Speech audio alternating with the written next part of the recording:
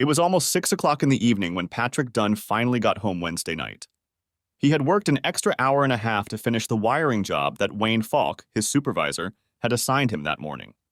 Because he stayed late, he was able to complete the job almost a half day earlier than the estimate.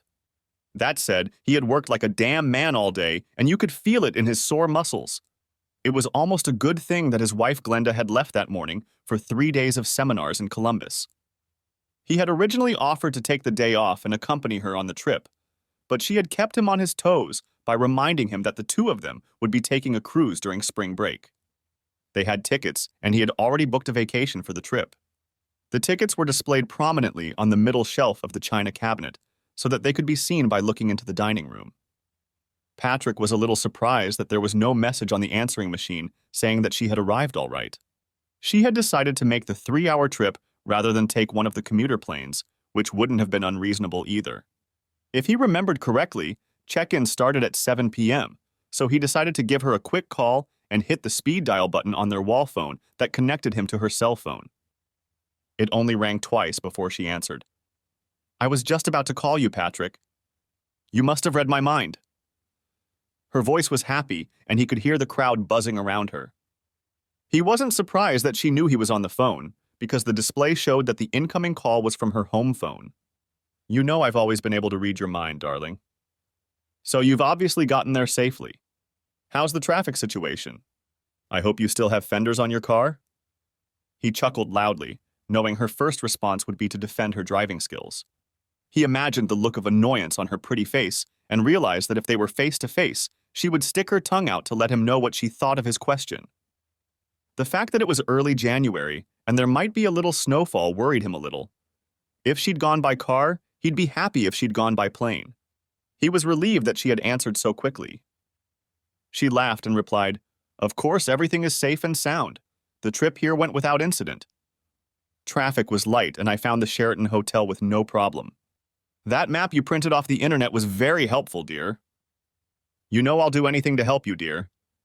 Nothing is too good for my Glenda, as I always say.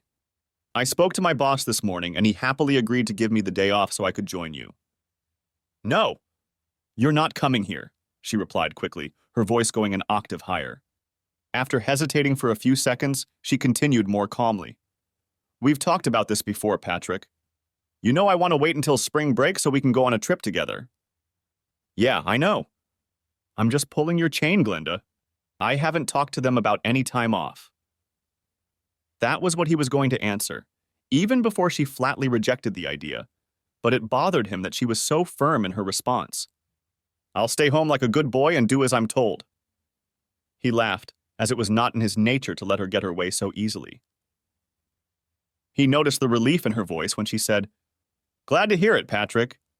It's just going to be a boring few days, and I've already picked out a full schedule of seminars to attend. While we're here, we wouldn't have time to do anything together." "You said I must be reading your mind, Glenda. Did you want to talk to me about something?" "Oh, I'm glad you reminded me. I can't find my traveling bag. You know, the one with the sewing kit, lint remover, and other things in it. I was sure I packed it. Could you check in the bedroom to see if I left it there? Maybe it's in the trunk of the car if you don't see it there." "Sure, babe." "Wait a minute. I'll pick up the cordless phone in the bedroom." He put the receiver on the counter and quickly headed upstairs to their bedroom. He had only had time to take 2 steps into the room when he saw the briefcase she was looking for on the corner of the dresser. He picked up the cordless phone and said, "Problem solved. The bag you were looking for is right here on the tall dresser. Just have to be careful not to lose any buttons and stay away from the lint." He laughed. "Oh, thank goodness it's there. I didn't want to have to go down to the garage to look for it. They have a little store near the lobby and I can just buy whatever I need." She hesitated for a few seconds before continuing. "I have to go now, dear. They opened the registration desk early and I'm already third in line." She quickly continued. "I probably won't be calling much this week because tomorrow night I have an evening presentation from 7:30 to 10 p.m., and they have a fancy dinner planned for Friday night. Saturday morning is my last seminar, so I'll head home right after lunch and have time to have dinner with you, honey." "That's all right, dear. I worked extra today, and I'll probably be able to make it Thursday and Friday. Call me if you can, and I'll call you if anything important comes up." Anyway, I'll see you at dinner on Saturday. They exchanged a few more pleasantries before ending the conversation. As Patrick went downstairs to hang up, he began to think about Glenda and her reaction to his joke about wanting to join her. For months now, she had been acting a little strange, either too quiet or too eager to please. Even when they had first seriously discussed the possibility of him accompanying her on this trip, her reaction had been an emphatic rejection of the idea. The realization that he was hungry distracted him from thinking about Glenda's recent actions, and he decided to order a pizza. There was still almost 40 minutes until the estimated delivery time, so he headed straight upstairs to remove his dirty work uniform and take a shower. After that, he changed into jeans and one of his many work shirts emblazoned with the logo of Anderson Electric, his employer. He was relaxing at the kitchen table, sipping a beer, when they brought him a pizza. He knew he should have made himself a better dinner, but being overweight had never been a problem for him. His job kept him in great shape. Glenda wasn't a big fan of pizza, so he felt comfortable indulging himself while she was away. The next day, he would pack leftovers for lunch. Most of the workstations had a microwave where he could heat up the food. He spent the next hour watching one of the news programs on TV, but soon realized that his concentration on the talking head had waned, and he was back to thinking about Glenda and her change in behavior over the past 60-plus days. It bothered him that something had changed with her and that she had objected so strongly to him joining her on her big trip. Glenda was a real beauty in her 35 years, tall and slender, with long dark hair and dark eyes. She worked as a sociology professor at a local college. She had just been hired as a professor at the end of the previous academic year and was very proud of the fact that she had succeeded. As one of the junior faculty members, she had more classes than the others, but she mentioned that she was given the services of a teaching assistant, or TA as she called it. When the fall semester started, she told him how nice it was that her TA, a senior who was graduating in the spring, could do some of the grading and student advising tasks that she had always been solely responsible for. She mentioned that his name was Anthony, but Patrick couldn't remember if he'd ever heard his last name. His name had come up a few times in the first couple months, but she hadn't said anything about him in a while. In mid-November, she started talking about some upcoming seminars she wanted to attend. They were scheduled for the week off between New Year's Eve and the start of the second semester. It was considered professional development, and the college was paying most of the cost. At first, when he had suggested she go with him, she had raised no objections. However, after 2 weeks, she decided she didn't want him to go with her and suggested a trip during spring break instead. Reluctantly, he agreed to her emphatic decision. There was little talk of seminars at Christmas, and they enjoyed the holiday, spending it with family and friends. He noticed that she had received several large envelopes with registration and training materials, and that her registration had been quickly sent back. She seemed eager to travel, and had even started packing her suitcase a couple days before New Year's Eve. She had always been organized, and this was not unusual for her. He returned to their bedroom just after 8 o'clock, intending to continue reading the book he had left unread on the bedside table. When he got to the bedroom and noticed the bag Glenda had mentioned, he decided to put it back on the closet shelf where it was usually kept. When he picked it up, he noticed that it was on top of Glenda's journal, a book he thought she usually kept in her bag. They had been married for 8 years, but he rarely saw her diary, as she hid it in a safe place most of the time. He had jokingly asked her to let him read the diary years ago, right after they were married, but she had flatly refused, letting him know that it was her personal and private use. She said it was the same as her thoughts or memory and for her eyes only. They never discussed the subject again, and in the 8 years of their marriage, he had only seen it in her hands a couple of times. Both times it had caught her by surprise, and as soon as she saw it, she closed the book and snapped the little lock, effectively locking it away. Patrick suspected that she did her journal entries while in her office at the college, though she could have done it at home while he was at work.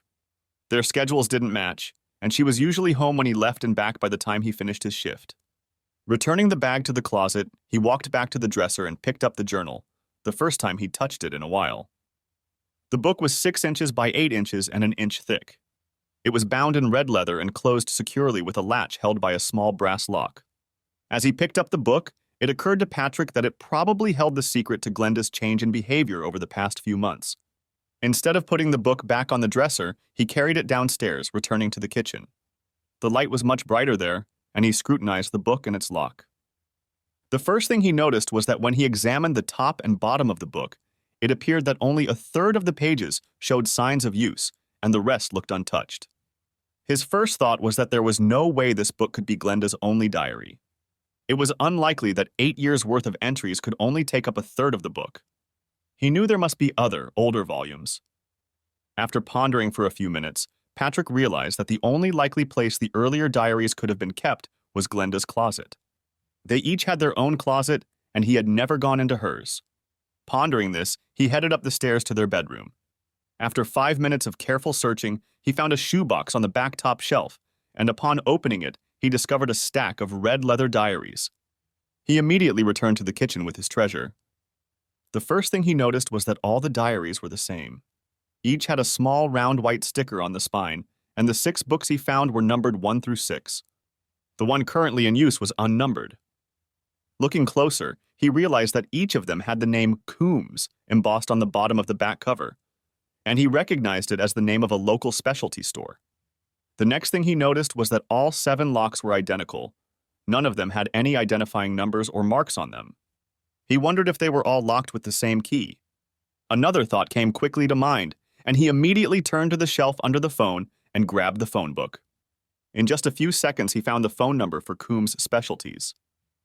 It was now 25 minutes to 9, and he wondered if they would be open since many downtown stores were open late on Wednesday nights. After 2 rings, the phone was picked up. Coombs Specialties. How may I help you?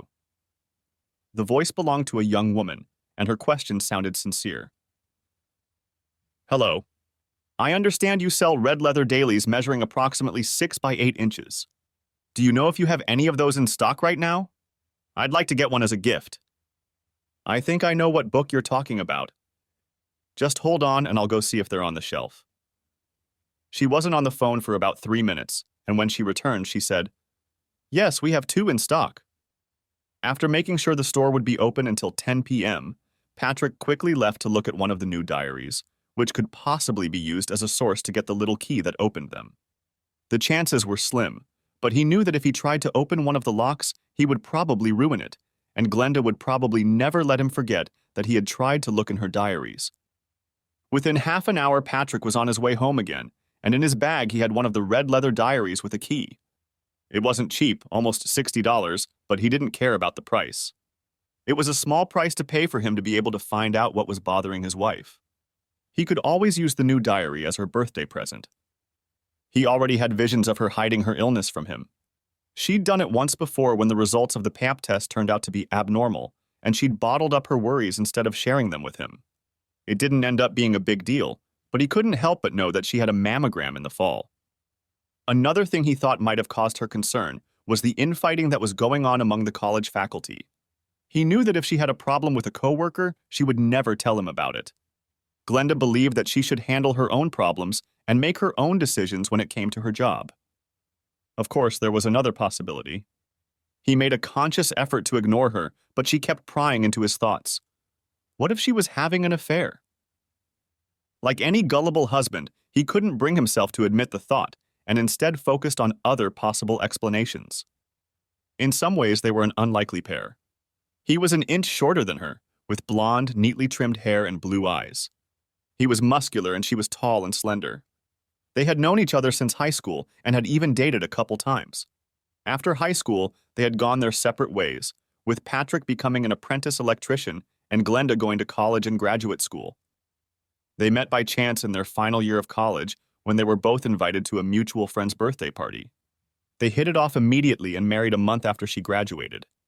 By then, he was already working as a master electrician and had a small house for which he had recently made a down payment.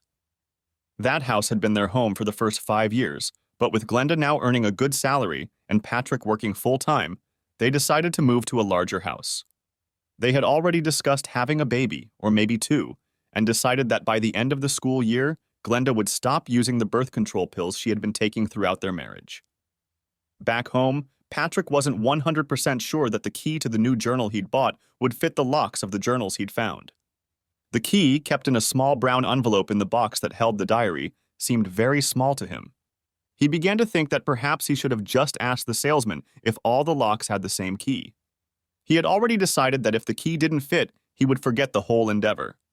If each lock was locked with a different key, He wasn't going to waste time searching the house for Glenda's hidden stash of diary keys. Anyway, 5 minutes after he walked through the door, he was sitting at the kitchen table with a stack of diaries and an open can of Coke in front of him. The small key was in his right hand, and he was looking at the seventh diary, the one with Glenda's last entries. He knew that if he tried to use that key and it worked, there would be no turning back. He would open her diary and read what she had made clear was meant to be left for her alone. He sat like that for a few minutes, trying to decide if he wanted to cross that line. He worried that somehow he'd accidentally let her know he'd been peeking, and she'd never trust him again. Eventually, concern for her health and the constant unspoken question in the back of his mind prompted him to pick the lock. The key fit precisely, turned smoothly, and the lock opened with a click. In a few seconds, the book was in his possession, and he opened it to the last page Glenda had used. At the top of the page was the date of the previous day, and about 3/4 of the page had been used. He quickly began to read the neat handwriting written on the page. It took about a minute to read the lines, and by the time he had finished, his face had turned pale, lost all expression, and his eyes had taken on that glint that tears create. He slowly stood up, picked up the can of Coke, and walked over to the kitchen sink. Standing there and staring blankly out the kitchen window, he slowly squeezed the can of Coke, not noticing that the drink soon began to overflow the open can and run down his arm into the sink. Eventually, he did notice his wet and sticky hand, dropped the crushed can into the sink, and washed his fingers clean of the grime. Wiping his hands with a paper towel, he picked up the stack of diaries along with his key and slowly made his way to the living room. He placed the stack of books on the end table next to the recliner, turned on the lamp hanging above it, and sat down in his favorite chair. As he made himself comfortable, he picked up the unnumbered 7th journal and opened it to the first page. He had a very clear idea of how the story would end. Now he needed to know how it had begun. The page he had read had forever changed his view of his perfect wife and their perfect life together. He needed to find out the details of how it happened, and he hoped the diary would help him do that. Instead of reading the events in reverse order, he chose to read them chronologically. For a while, he thought about going straight to the Sheraton Hotel, going up to room 412 and dealing with his wife. But he quickly decided that would probably be a surefire losing proposition. Either he'd get into a traffic accident rushing there, or he wouldn't be able to hold his own if he got there in one piece. The only option would have been to call her, but he was afraid he'd break down hearing her voice, and he was too much of a man to break down like that. The first page was dated early June, just over 6 months ago. He began reading it, carefully searching for anything that might have anything to do with the devastating information Glenda had written on the last page. None of the entries pertaining to the summer months contained anything that could help him understand his wife and the plans she was making. There were a few mentions of being content with her life, her husband, and how her career had progressed since she'd been hired. Everything he read should have made him feel happy and proud and confident in his marriage, but he knew how the story would end when he reached the last page. That knowledge spoiled all the good things he was reading. In early September, Glenda finally made an entry in her diary that had something to do with what Patrick was looking for. He leaned back in his chair and reread the relevant part of the entry twice. The 8th of September. Dear Diary, my new assistant dropped by my office today. He is a little taller than me, maybe an inch or so, has black hair, dark eyes, and a short beard, rather unshaven. He introduced himself as Anthony Romano, and he reminds me of someone, maybe a movie star. He left me a printout of his grades, and he seems to have good qualifications. Patrick began reading the diary more carefully, looking for any other mention of Anthony Romano, the teaching assistant. There was nothing in the next 2 entries, which contained only thoughts about her classes and how they were going. She seemed to be quite content, although perhaps a little nervous about how she would handle one of the larger classes she had. It had over 100 students, and she wondered how she would handle that many. The 15th of September. Dear Diary, Anthony is now helping me with my large class. He answers students' questions when I am busy preparing materials for lecture. I have noticed that my female students seem to be partial to him. I heard 2 of them discussing him as they left the classroom and mentioned that he looked a lot like Leonardo DiCaprio. That must be why he seemed familiar to me. As he continued to read, the mentions of Anthony Romano became more and more frequent. He read even more carefully now, pausing at times to reread certain passages. The 20th of September. Classes are going on as usual.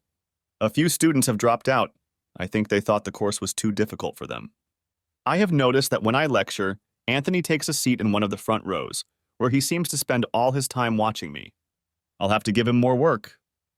The 24th of September. I had about 3 free hours this afternoon and was working on a reading assignment when Anthony dropped by my office. He stayed to help, and the work went quickly. We both made copies and selected articles for inclusion. The entry continued with a long paragraph in which she mentioned her intention to talk to Patrick about how children might fit into their future. It was the first entry he found that mentioned the topic. The 30th of September. During the lecture, I caught Anthony looking at me again. I looked at him and frowned, and I'm sure he realized what I meant, but he just grinned and continued to watch me.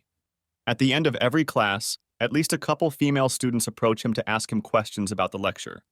None of them seem to want to approach me for information. My guess is that they are more interested in him than they are in helping him. Overall, my students seem to be doing well, which makes me very happy. It's not that I haven't lectured before, but now that I'm a full professor, I feel more pressure for my students to succeed. Several recordings in a row did not mention Anthony, although it was obvious from them that her classes were going very well. In all the recordings, she was happy and upbeat and mentioned her firm decision to talk to Patrick about their plans. He remembered that it had been sometime in the fall when they had first talked at length about their shared desire to have at least one child. Glenda wanted to finish her first year as a full professor without the worries and responsibilities of pregnancy, so they decided to wait until the end of the school year and start trying to conceive. October 8. I am so excited! Patrick and I have decided to have kids, and I plan to stop taking the pill as soon as the spring semester is over. I told Anthony about all of this, and he seemed so happy for us. We were in my office, and he walked over to where I was sitting at my desk, took my hand and lifted me to my feet, and then hugged me very tightly. He took me by surprise, and when he seemed reluctant to let me go, I had to gently push him away and remind him that my office door was open and anyone could walk by. The 10th of October. Anthony came into my office this afternoon, and I must confess to being a little concerned. I did not see him come in, and only realized he was there when I heard the door close and lock. When I looked up at him, he smiled at me and said, "Now no one can pass by and see us." I clearly told him to open the door, and he did. He stayed for about 15 minutes and then finally left. Now I wonder what he meant to say when he locked the door. The 11th of October. I was preparing questions for a test paper for my freshman year when Anthony came over to see me today. He stayed to help, and it really made the work easier. He apologized for closing the door yesterday, and I told him it was okay. When I asked why he was so interested in me, he said that he enjoyed the company of mature women much more than girls his age. I told him that I was happily married, but I must admit that I found his words very flattering. The thought that he could potentially be more interested in me than some of the younger women at our college excites me so much that I find it amazing. The 13th of October. I expected Anthony to stop by my office today, but he didn't. I was a little disappointed as I wanted to talk to him some more about what he said about being interested in mature women. The 15th of October. There were a lot of students in my office today when Anthony came in. I was hoping he would stick around until the last one left, but he was gone when I finished discussing essay topics with the last group. The 16th of October. Today I finally got a chance to talk to Anthony. He asked if I could close the door so we wouldn't be disturbed, and I agreed. I was able to ask him about why he finds mature women more interesting, and he told me that his first experience was with a 40-year-old widow who lived in his neighborhood. He claims that girls his age don't know what they want themselves, not like mature women. I wanted to show him that I wasn't mad at him. He turned and walked out of my office without saying anything. I realize now that I should have condemned what he did and told him again that I was a happily married woman. But I didn't, and now every time I let my mind wander, I relive that moment. Patrick was disturbed by this entry because it showed him that while Anthony was constantly overreacting, Glenda was not reacting the way he thought she should. He left the book open on the chair and went to get a new can of Coke. Soon, he was back in the chair with the book in his hands, ready to continue reading about the apparent seduction of his wife. The 20th of October. Late this afternoon, just before I was about to leave the office to go home, Anthony appeared at the door and asked if I was busy. As soon as I replied that I wasn't, he walked in and closed the door behind him.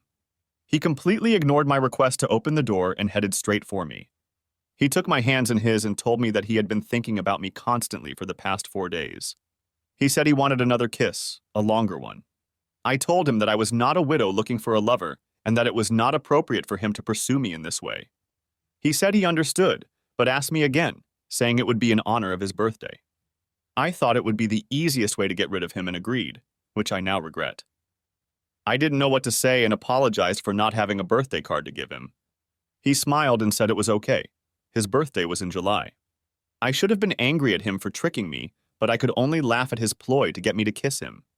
He thanked me for the wonderful kiss and walked out of the office. I don't know what's wrong with him, but I'm afraid he might get to me. I will have to be more careful with him in the future. Anthony was not mentioned in the next 3 entries. Glenda was busy correcting a small test she had given to her largest class and checking the essays her students had sent in. Patrick thought it odd that Anthony didn't participate in these 2 assignments, but there was no hint in the journal entries as to why he didn't. The 30th of October. For the first time, I am at a loss how to tell you about my life. Probably the only thing I can do is to describe what happened today. I don't know how I'm going to handle Patrick when he gets home, as I'm afraid he might look at me and realize what happened. It all started when Anthony walked into my office this afternoon. I was busy reading and didn't hear him come in, and he surprised me with his cheery, "Hi." When I looked up, he was already closing and locking my office door. Somehow I didn't say a word to him about it. As he approached my desk, he reached over and took my shoulders and pulled me to him. He didn't let me say a word. I felt so ashamed. There's no excuse for not putting an end to it the moment it started, but it was like he turned on a switch in me. As soon as I realized what he was doing, I pushed him away. All he did was smile and say, "Don't even try to suggest that you didn't like it." I didn't say anything back, and he said, "I knew it." When I finally regained the power of speech, I asked him to leave. He smiled slyly and said I'd see you tomorrow.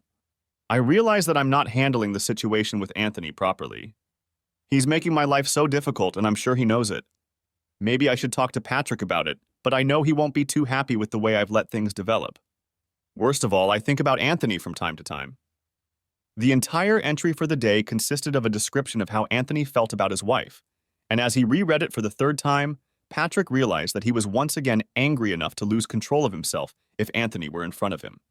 Until that moment, he had never considered himself capable of extreme cruelty. The 2nd of November. I think I finally stopped worrying about how I would behave in Patrick's presence. That first night was the hardest. Every time I talked to Patrick or he looked at me, I was sure he would guess what had happened in my office. At one point, he asked if something was bothering me, as I was apparently acting a little abnormal under pressure. He accepted my denial without question, and I thought about how easy it was for me to keep things from my husband. I hope I never have to do that again. The 6th of November. It's been a few days since I last saw Anthony alone. He was in a class where he is contractually obligated to help me, and I noticed that he is still looking at me.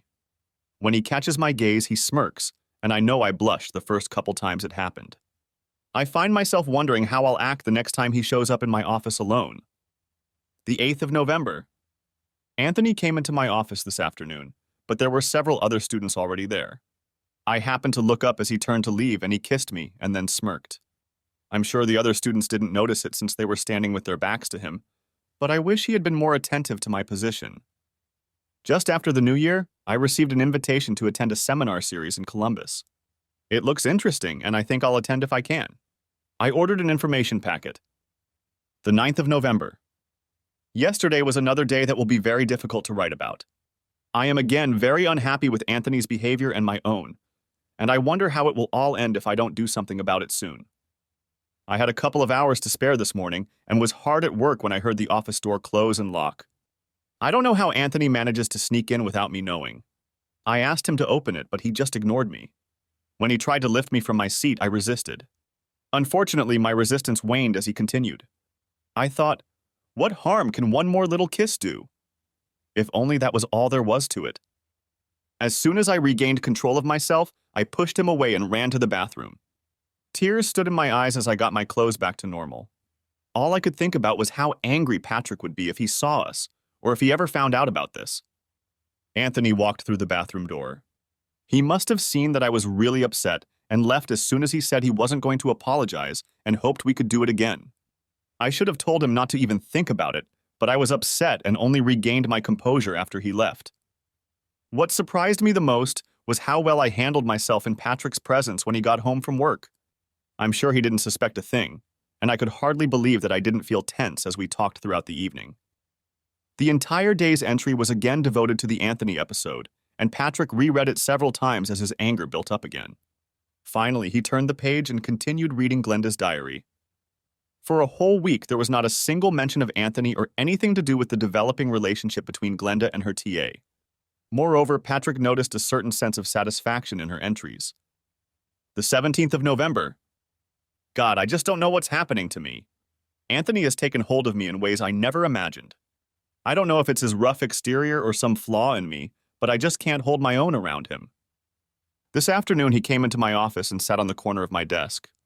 I told him we would have to talk about what happened the last time he was here, and he quickly agreed. He just watched me and smiled as I told him how wrong it was that we were somehow connected. I reminded him that I was happily married and that my position as a professor could be jeopardized if anyone found out what we had done. As I spoke, he only nodded and smiled at me. When I finished speaking, I leaned back in my chair, confident that he understood my position. Despite my reasonable approach and confidence that the situation was resolved, I detected strange behavior from him. After a few minutes, which seemed like several minutes but actually lasted only seconds and 40, he asked me if I wanted to lock the door or if he should do it. I couldn't find my voice, and after waiting only a few seconds, he got up, closed, and locked the door to my office. Walking back to my desk, he invited me to join him on the small leather couch in front of the bookcase. I can't find the words to explain why I agreed to his request. An hour later, he thanked me and left. We've entered dangerous territory, and I just don't know what to do about it. A big part of me wants to terminate his employment as my assistant, but another part of me says we didn't do anything that bad. I can never tell Patrick about this, and thankfully there's no chance he'll ever find out. My office is on the 4th floor, not facing the street so no one can see us. Hopefully my emotions will be back to normal before I go home to Patrick. Patrick had a hard time reading this post as it was obvious that the situation had escalated quickly. He already felt that he definitely didn't know his wife as well as he thought he did, and had already decided to read all of her diaries, no matter how long it took. He went back and reread 2 pages again. When he finished, he looked up and casually noticed that it was already 2 in the morning. He knew there were many more pages to go, but there was no way he could put the book aside. Before he started reading again, he called the Anderson Electric office and left a message on the answering machine saying that he would be free the next day for personal reasons. He had not yet made a final decision on what he would do, but he knew that his life had already changed forever. Where there had once been love and dreams of the future, there was now only cold emptiness and growing anger. He went into the bathroom to drink the last can of Coke before continuing to work on his journal, and then went back into the living room to get a new one. He wasn't tired and didn't think the caffeine in the soft drink was keeping him awake. His brain was working on a fast track, trying to digest everything he had read. He looked at his watch again and marveled that it was only 8 hours ago that he had talked to Glenda and had his suspicions. The 22nd of November. Anthony was in the office this afternoon, and I did my best to keep a desk between us. He didn't push his way in or try to lock the door. I had felt so guilty the last few days that I would never have agreed to let him even touch me. I think he sensed my determination to keep things on the right level between us. I hope I can keep that determination. For the next few days, there was no mention of Anthony in the records. He could tell that Glenda was in high spirits as the first semester was winding down. There were only a couple weeks left, and she was looking forward to the end of them. The 23rd of November. I told Patrick about the seminars, and he doesn't mind my participation. He even offered to take some time off to go with me. I'll have to think about it. We could do some things when I'm not attending seminars.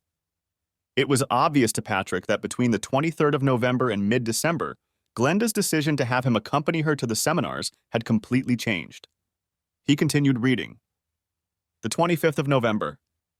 Anthony was in the office this afternoon asking if he could come over to my house. I clearly answered him that this was not going to happen. He was particularly interested to know if Patrick was working out of town at night. His next idea was to visit him at the house on 2nd Avenue that he shared with 3 other students. When I told him there was no way I was going to do that, he replied that I could always call him if I changed my mind. His name and number were in the phone book. Except for trying to convince me to meet him outside of college, he was on his usual behavior. I told him about the seminars I planned to attend, and he seemed quite interested in them. I told him they were for faculty only, but he only smiled. The 30th of November. Yesterday was another day that will be very difficult for me to tell you about. It seems to me that I have lost my way altogether. Last night I hardly slept at all, and even Patrick seemed to realize that something was wrong. I wish I could explain to him what's on my mind, but it's just not possible. I've dreamt about Anthony several times in the last couple days. I have no affection for him, but I just can't get over him and the things we did together. What is wrong with me that I can't stop him from doing this? I just stood there and watched him close and lock the door. I couldn't even imagine saying no to him. The whole time we were on the couch, my mind was telling me to stop. When he left, I closed the door and started to get dressed, crying. How could I let this happen? I spent the rest of the day at my desk with the door locked, alternately crying and thinking, trying to figure out how this happened. Maybe I should see a therapist. Although Patrick could see that there was genuine regret and anguish in Glenda's words, he could find no justification as to why it had happened, an act in which she had obviously participated willingly.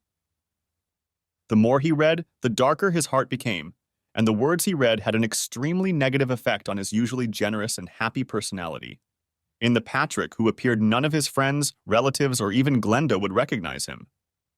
The 3rd of December. Anthony stopped me in the hall this morning and asked me if I would reconsider meeting him at the house he was sharing. He said he wanted to spend a few hours with me in a real bed. I told him to forget it, that I would never consider meeting him, especially in a place where I could be seen. I reminded him again about my husband and career. When he seemed resigned to my words, he quietly made another suggestion to me. He asked if he could accompany me to the seminars in January. He had seen my brochure from the Sheraton Hotel where the group was staying and said that for a group of sociology professors, all seats would be taken. He said he was willing to pay for his own room if I agreed to spend nights with him. I told him to forget it. Before he left, he smiled at me and told me I should think about it. I didn't say anything back to him, but the thought was already lodged in my head. What is wrong with me? Patrick had to take a break as the anger he felt at the two of them began to boil over. He paced back and forth across the living room a few times before heading to the kitchen for another can of Coke. He was tempted to have a few beers, but decided to keep a clear head. He was at a point where he already knew what he wanted to do, but he didn't have a plan, and he knew he would have to make a proper plan. He went back to the living room and opened his journal. The 7th of December. Anthony stopped by my office this morning for a moment to say goodbye. He is going to fly home for Christmas after his exam tomorrow.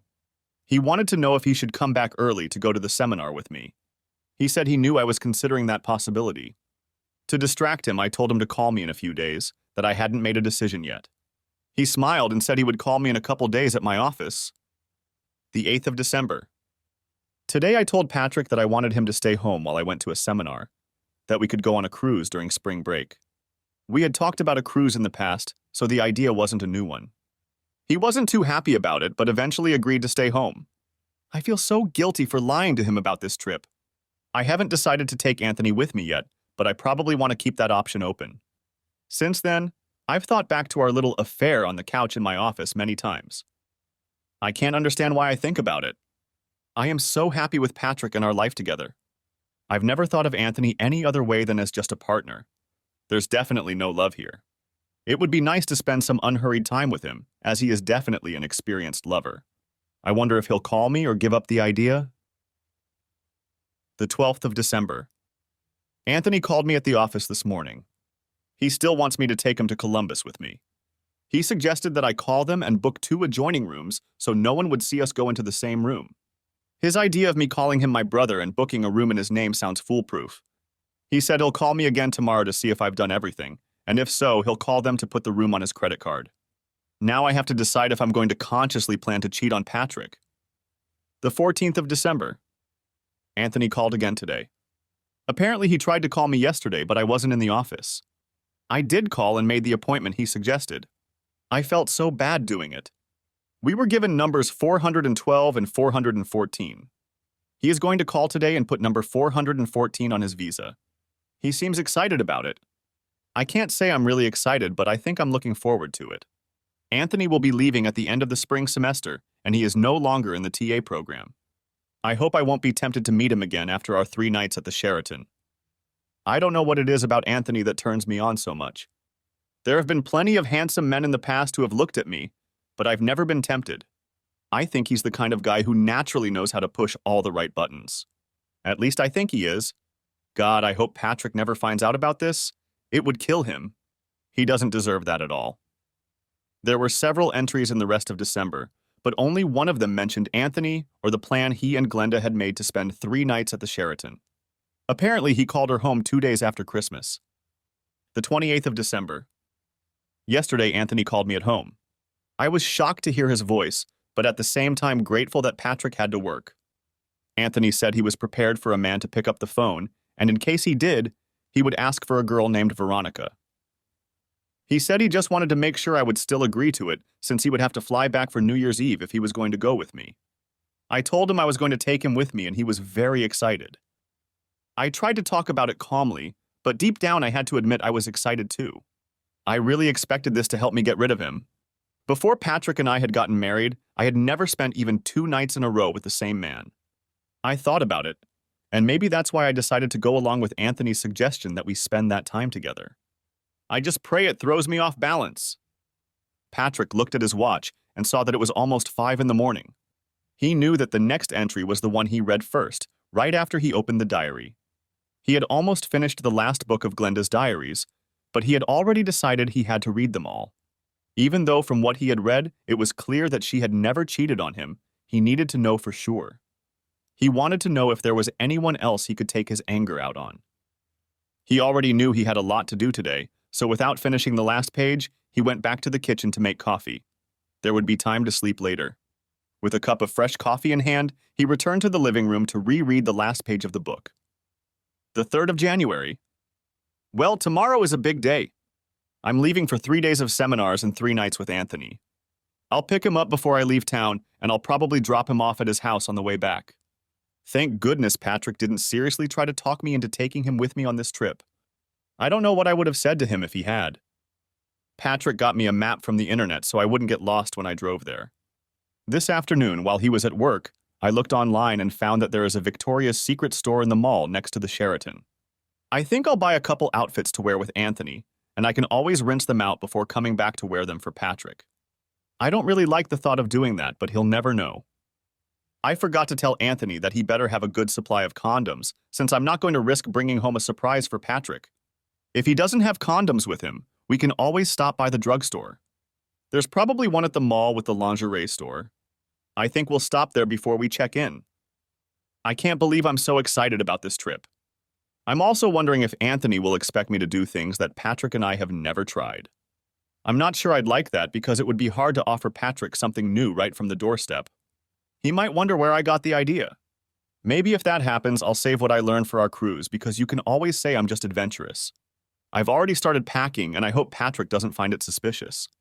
The last thing I want is for him to suspect anything. I just read all my thoughts for the day and wondered if I could really go through with it. What happened in my office was very spontaneous.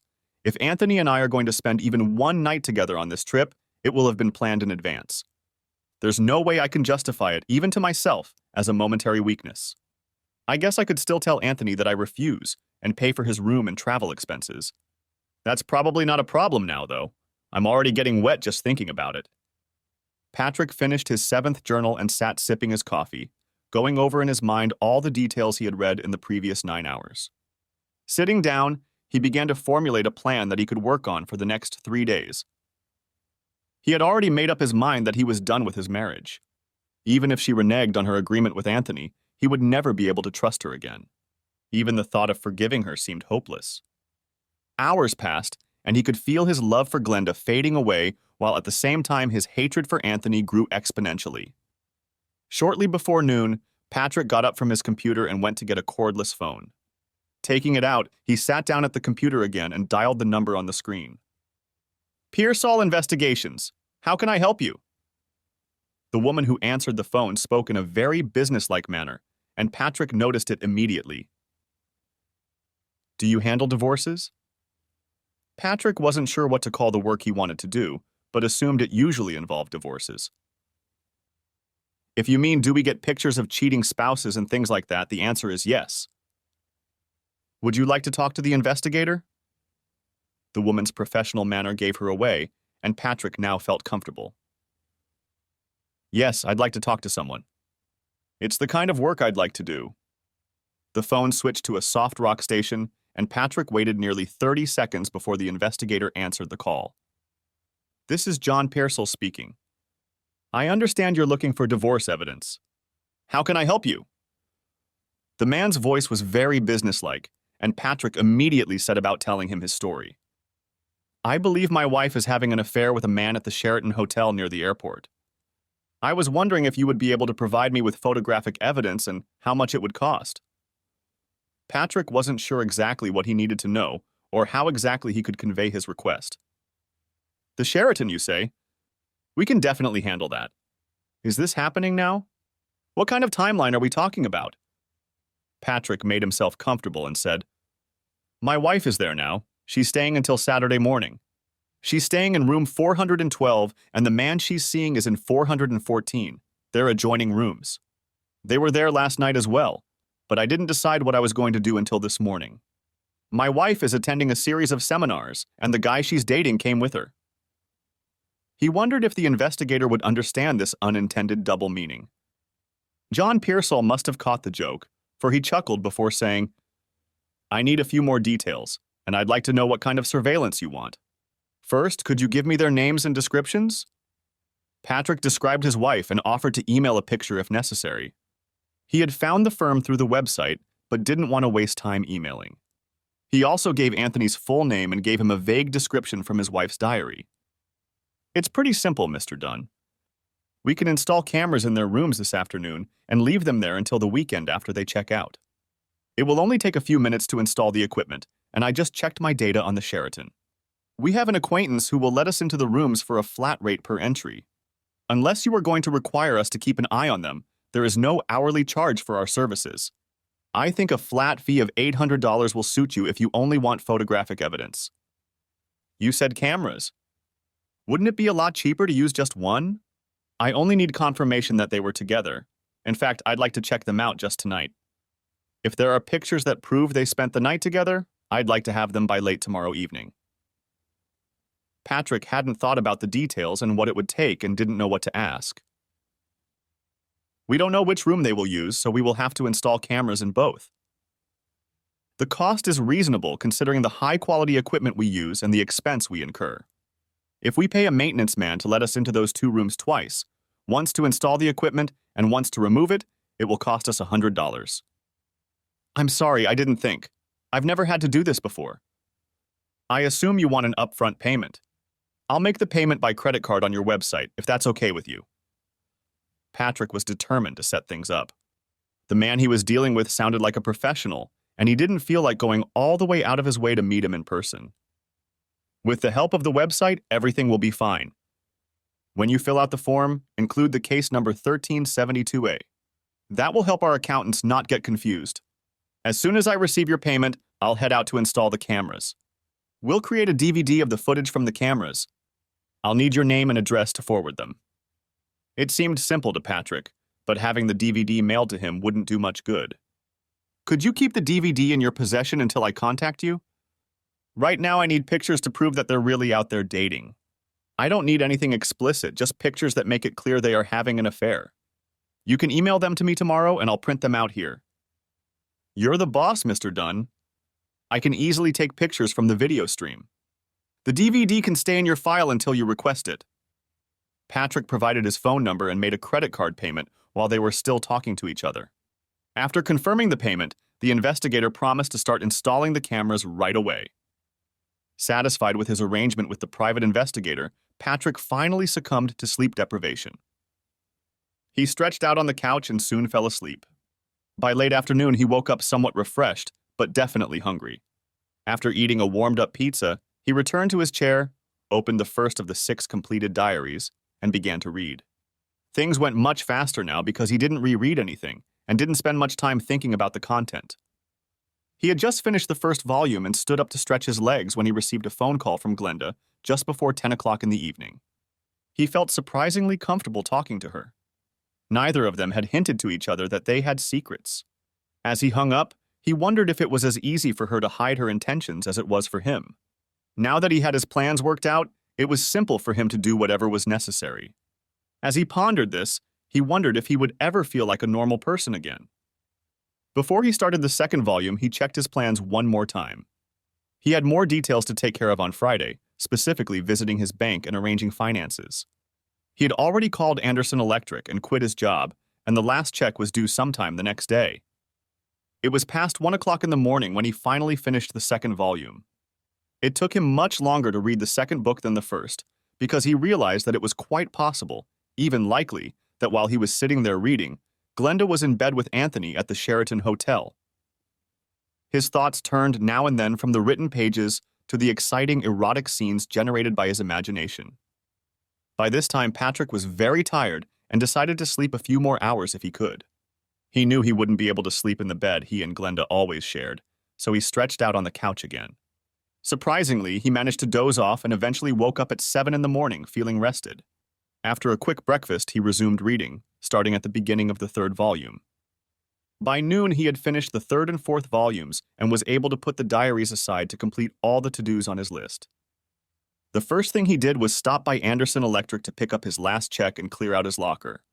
The owner of the company, Gus Anderson, was trying to convince him to change his mind as he hated to lose his best employee. When Patrick explained a little about his situation, Gus realized that his pleas were going nowhere and reluctantly shook Patrick's hand, wishing him the best. He managed to get Patrick to promise to return to Anderson Electric in the future if possible. The trip to the bank took a little longer as he had a lot more paperwork to do. When he was finally able to leave, the cloth bag contained more than $20,000, the entire amount he had been able to withdraw from joint and personal accounts.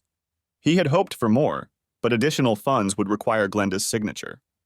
The money he was able to withdraw was just to meet his immediate needs.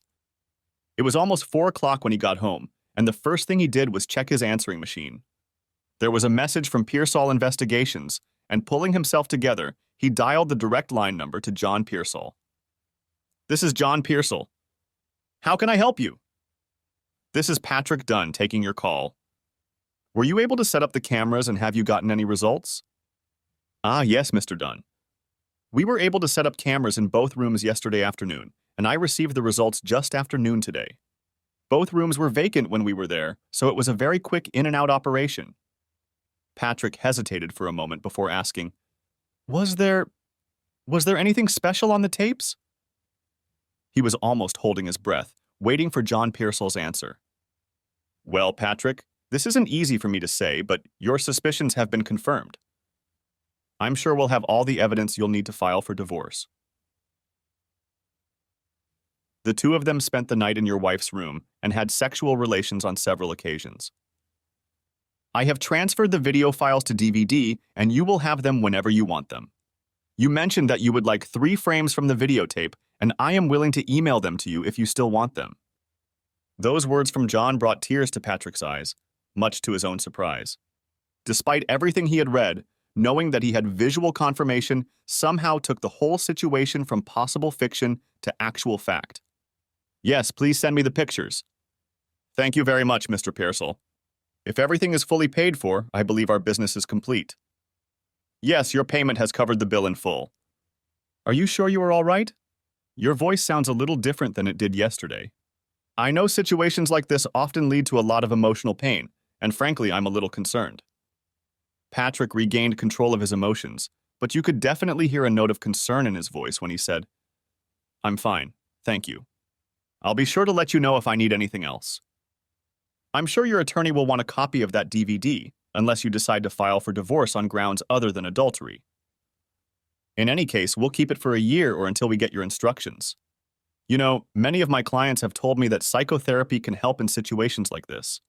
It's not my expertise, but I realize that an affirmation like the DVD I have here often makes a big difference to the injured party, and that a good therapist can help you through it all.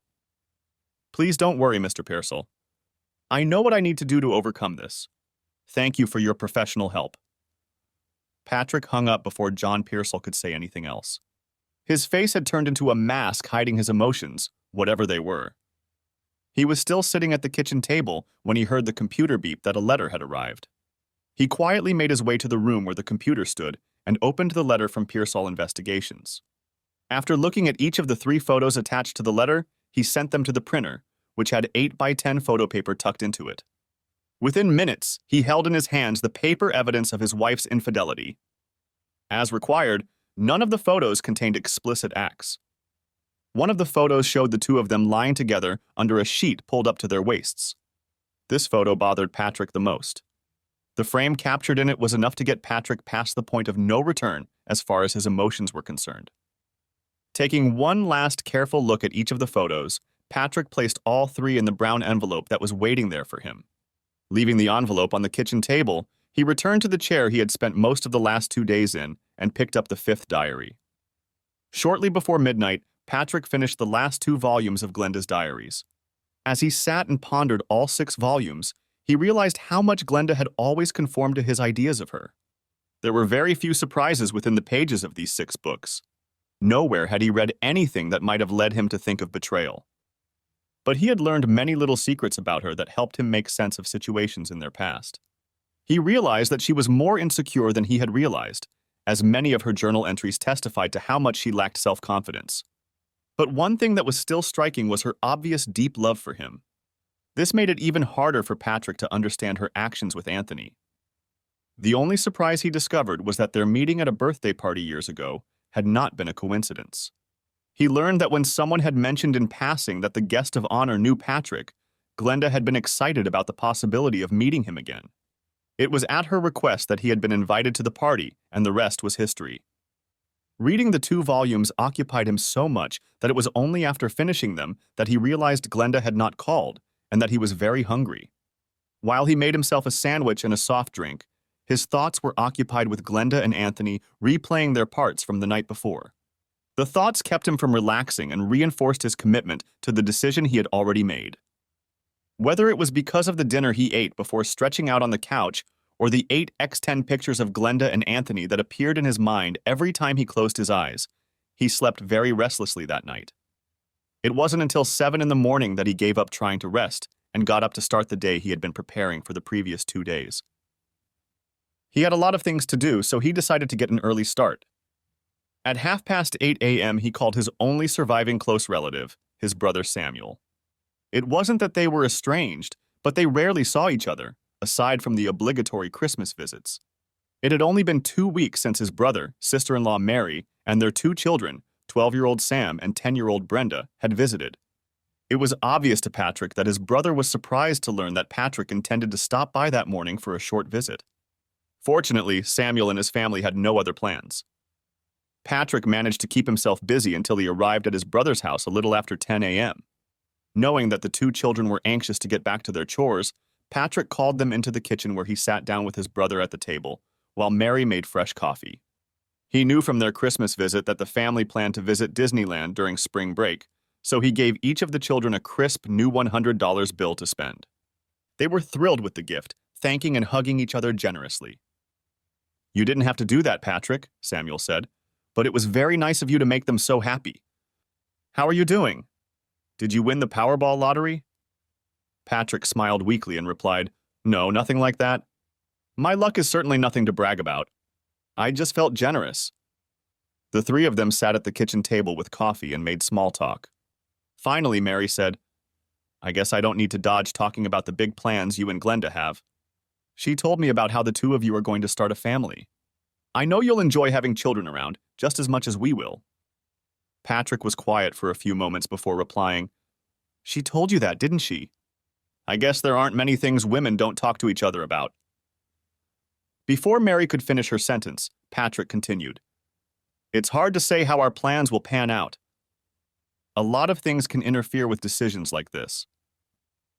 He effectively changed the subject by turning to his brother and asking him a couple questions about his work as a restaurant manager. A few minutes after the coffee cups were finished, Patrick got up to leave. "Just in case I don't see you again until next Christmas, I hope you're doing well." He shook his brother's hand quickly, then turned and gave Mary a brief hug. "I'll be thinking of you." With that short remark, he turned and walked away, and the three of them said their goodbyes as he walked to his car. As Patrick drove away, Samuel turned to Mary. I wonder what that was about. He seemed to be thinking about something, but he didn't seem like he wanted to talk about it. Mary didn't seem to think anything unusual was going on and replied, Patrick is probably just trying to kill time until Glenda gets back from the course she signed up for. I remember her saying she'd be gone until tonight. The two of them, hand in hand, walked back to the house, discussing plans for the rest of the day. Shortly before 6 o'clock in the evening, Glenda Dunn drove up to her house. She was a little surprised to see that Patrick's car was not there and quickly entered the house through the side door to the kitchen. She had rehearsed her first meeting with her husband since coming home and was a little flustered that he wasn't home and only silently answered her call when she entered the kitchen. That she had returned to an empty house was not a surprise to her.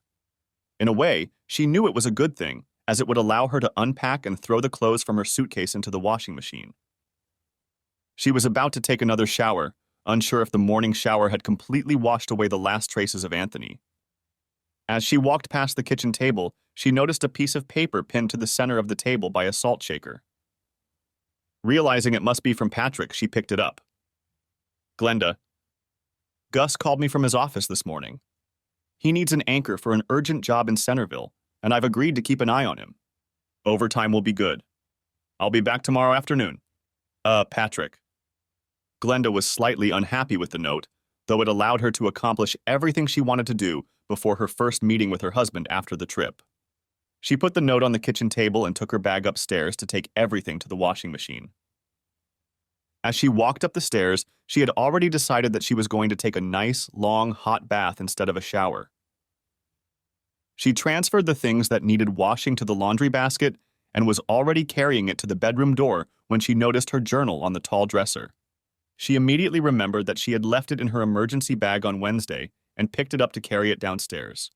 She was relieved to see that the diary was where she had left it and that it was undisturbed. She had intended to update it during the trip, but had been unable to do so after discovering that she had forgotten it. She realized where it was when Patrick told her where the emergency bag was, and she distinctly remembered putting 2 items in there. Patrick had obviously put the bag back on the shelf and left the journal where it was. She decided to update it while she did the laundry, since it was a little early to relax in the tub. While the washing machine removed the last traces of Anthony from her clothes, Glenda made herself a sandwich and a bowl of soup. When she finished her meal, she put the dirty dishes away in the sink and walked over to the phone where she pressed the preset button to call Patrick's cell phone. It rang twice before she realized the ringing sound was coming from the wicker basket on the kitchen table. In the basket, they both kept their keys, cell phones, and sometimes their wallet or change. Hanging up the phone, she walked over to the counter and took Patrick's cell phone from the basket. Damn! How am I supposed to reach you now? It was a purely rhetorical question, and after asking it, she walked back to the kitchen table and placed the day planner in front of her. The small brass key that could be used to open the diary was in her wallet, attached to a piece of red yarn, and she quickly used it to undo the lock. Having removed the lock, she opened the book to the first blank page, took a pen, and began to write. The 7th of January. The most eventful 4 days of my life have just ended, and I hope I can remember everything I wanted to tell you. Some things may not be pleasant to put on paper, but I have to do it. When I picked Anthony up from his house, it was obvious that he was looking forward to it. As we drove, he kept trying to touch me, and I resented him a little for it. Eventually, he left me alone until we got on the highway, after I warned him that someone I knew might see us. The farther we got away from the city, the more I relaxed, and when we finally got there, I was already enjoying myself and his attention. We stopped at the mall before heading to the Sheraton, and while he went to the drugstore, I went to the Victoria's Secret store to pick out some lingerie. He must have run all the way there and back because he joined me in the store before I could buy anything. He made several suggestions and I ended up buying 1 set that he liked and 2 that I preferred.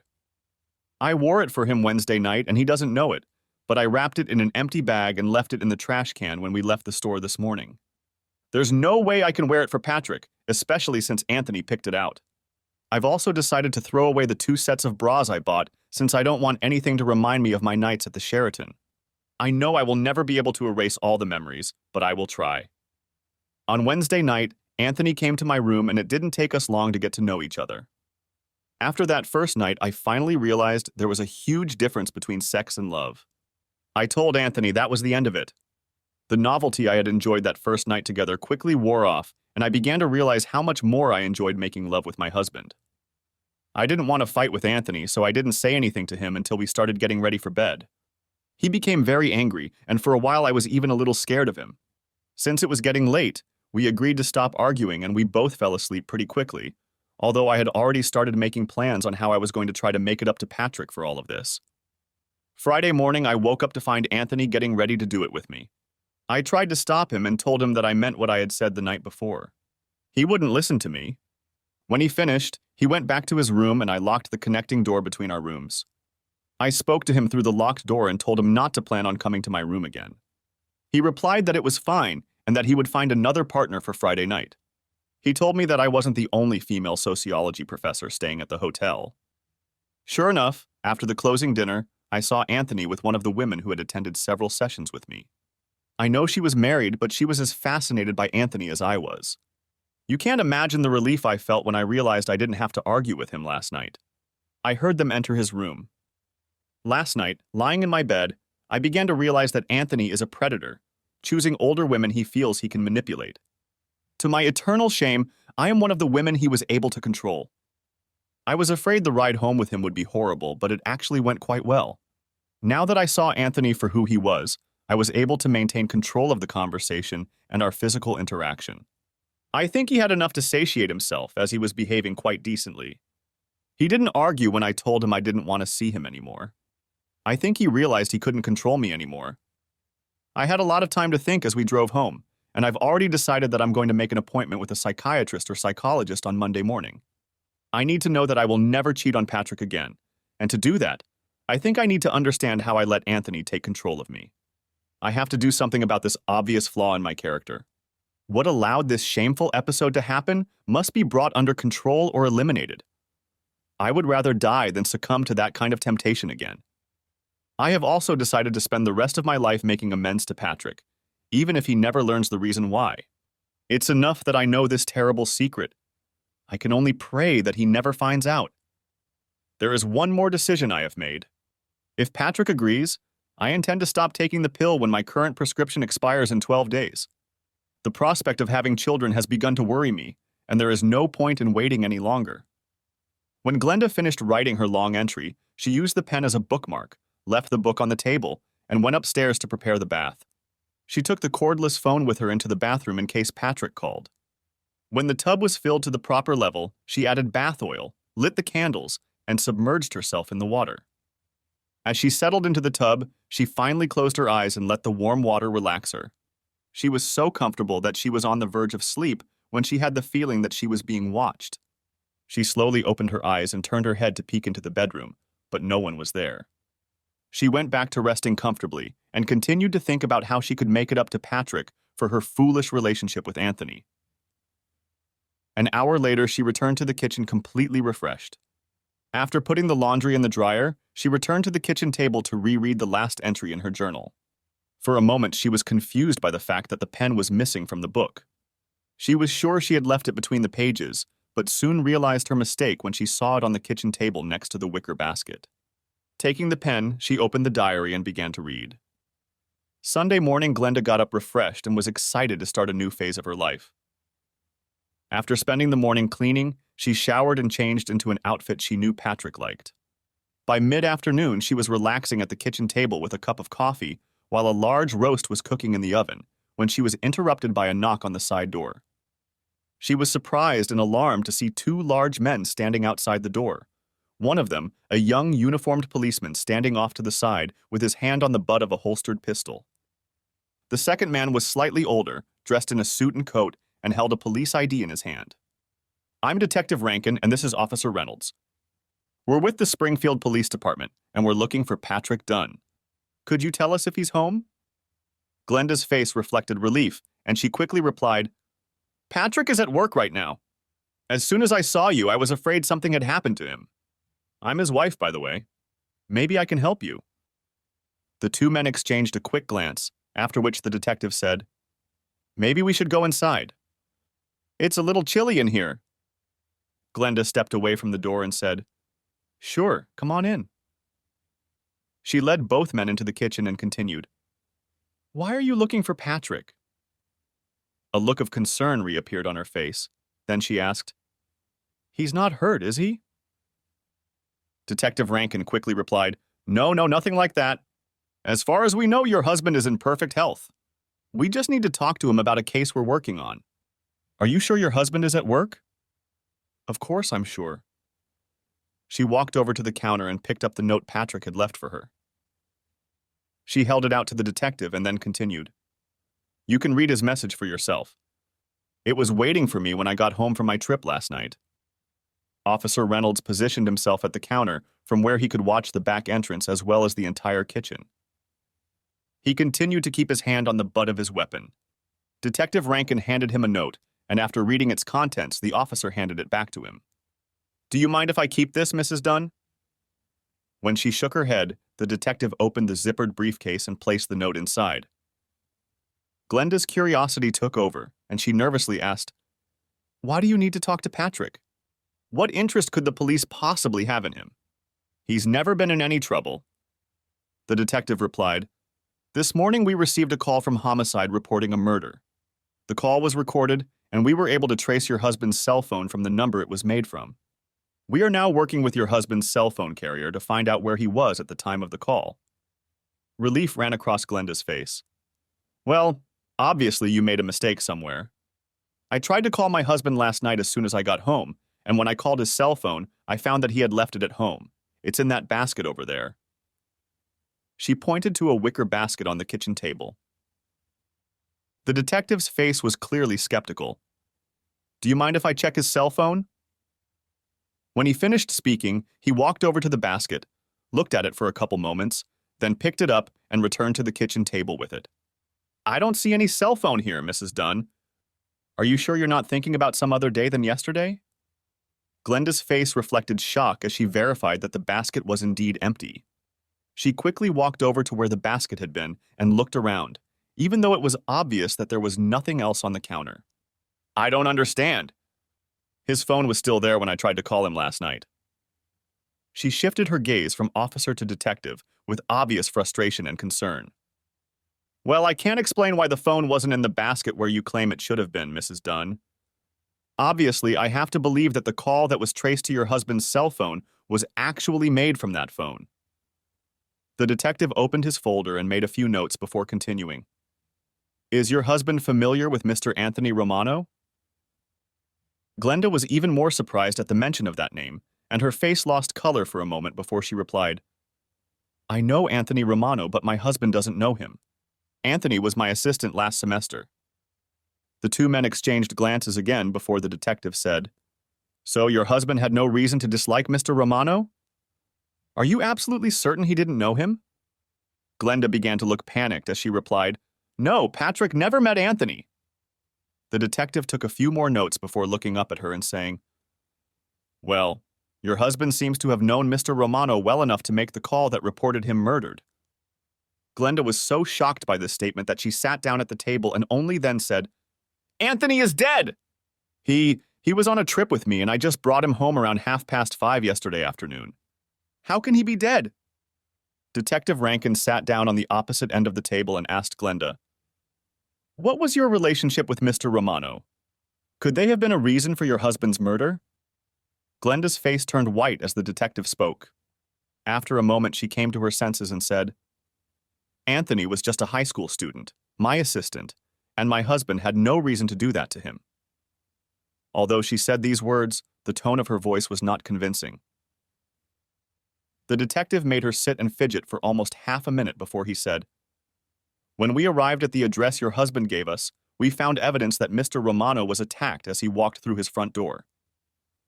There was a travel bag lying in the middle of the hallway, as well as footprints indicating that a fight had taken place there. Apparently, Mr. Romano lost the fight and was dragged into the kitchen where he was tied to a chair with nylon straps that are commonly used to tie electrical wires together." Glenda began to cry quietly as he described the scene at Anthony's house. Mr. Romano was shot in the left knee before he was dragged into the kitchen, and the medical examiner believes a major artery was hit because a lot of blood was lost. We haven't gotten the autopsy results back yet. It appears that Mr. Romano was struck several times before he was killed by a single gunshot to the head. He continued. Preliminary forensics also revealed that he was shot once in the groin, a non-fatal wound that was likely inflicted post-mortem. The estimated time of death is between 6 and 8 o'clock this evening. At this point, Glenda interrupted him, saying, Patrick could never do something like that to anyone. He's not like that. Her crying had almost stopped, and it was obvious that she was angry rather than upset. The detective turned to his notes again before continuing. According to state records, your husband has a permit for a .25 caliber semi-automatic handgun. One of the bullets that hit Mr. Romano was recovered from the chair he was tied to, and our technicians have tentatively determined that it was a .25 caliber. There also remains the question of motive. Detective Rankin rummaged through his folder and finally pulled out 3 photocopies, which he placed on the table in front of Glenda. These are photocopies of 3 photographs found at the crime scene. Their placement on the table next to Mr. Romano indicates that he was shown the 3 photos before he died. Blood spatter indicates that they were there when the fatal shot was fired. I don't think you've been completely honest with me about your relationship with Anthony Romano or your husband's interest in him. Glenda took the 3 photocopies in her hands and stared at them in shock as the detective spoke. When it dawned on her exactly what the photos depicted, she began to cry in earnest, saying, No! Patrick couldn't have known. Just as he was about to continue describing the crime scene, the detective received a call on his cell phone. During the 3-minute conversation, he said almost nothing and spent most of the time writing in his notebook. While he was writing, Glenda had become quieter and was now sitting with her hands in front of her face, sobbing. Finishing his notes, the detective looked up at Glenda and said, Your husband's call was made from Windsor, Ontario. The local police in Windsor worked with a cell phone company and found his cell phone. It was in a cloth bag along with credit cards and a .25 caliber handgun that was registered to him. The bag was in a trash can in the Walmart supermarket parking lot. Neither himself nor his car was seen, although license plates from his car were also found in the trash. They believe he may have stolen a license plate from another car in the parking lot to blend into the flow of cars from Ontario. This news did not comfort Glenda, and she continued to cry inconsolably as she sat at her desk. After watching her for a few minutes, the detective pulled another photocopy out of his folder and placed it in front of her. It was a copy of a photograph of a small brass key with a ruler lying next to it. There was a small key in the photos. We have no idea of its significance. Do you recognize it? Glenda looked at the photograph and immediately grabbed her purse. In a matter of seconds, she retrieved the diary key from her wallet and held it next to the photo of his doppelganger. At that moment, she completely lost control of herself and slumped down in her chair. The only words she uttered afterward were, "Diary" and "Patrick." The 2 men stayed with Glenda for almost 15 minutes, waiting for her to calm down. Eventually, they managed to convince her to call someone who could come and be with her. After making sure her sister would arrive within a few minutes, they finally left. As they walked to their cars, Officer Reynolds asked, "Do you think they'll apprehend him quickly?" "It all depends on how well he can hide for the next 2 weeks. He hasn't committed any crimes in Canada, so I don't know how high a priority their police will place on finding him. It's not like he's a serial killer. If he manages to go undetected, the longer he's on the run, the less chance he has of being caught. If he's still at large 6 months from now, we might ask for the case to be publicized on TV. Some of these most wanted shows are getting good results." Officer Reynolds pondered that answer for a few seconds before asking another question. "What did you think of that cell phone story of hers? I thought she was serious when she said the phone was there last night." "Yeah, I agree. I don't think she was lying or confusing her statement. I suspect he came back here, but for some reason never followed through with the plan. While here, he probably saw his cell phone and decided at that point to take it with him." The uniformed officer looked a little puzzled and asked, "Well, if he was here, why wouldn't he let her know? It's kind of inexplicable that he came back and just took the cell phone." Detective Rankin stopped, looked at the young man and said, "Think about it. Patrick Dunn just killed her lover and he's coming home. The only reason to come back that I can think of is to kill her, and maybe myself. I don't know what happened that made him change his mind, but I don't believe for a second that he just went back for his cell phone." Reynolds nodded his head slowly, mulling over the detective's words. Finally, he said, I believe Mrs. Dunn will eventually realize how close she was to losing her life and wonder why she didn't. I wonder how she'll feel about it. Thanks for watching, I hope you enjoyed it. So subscribe to my channel and watch the next video.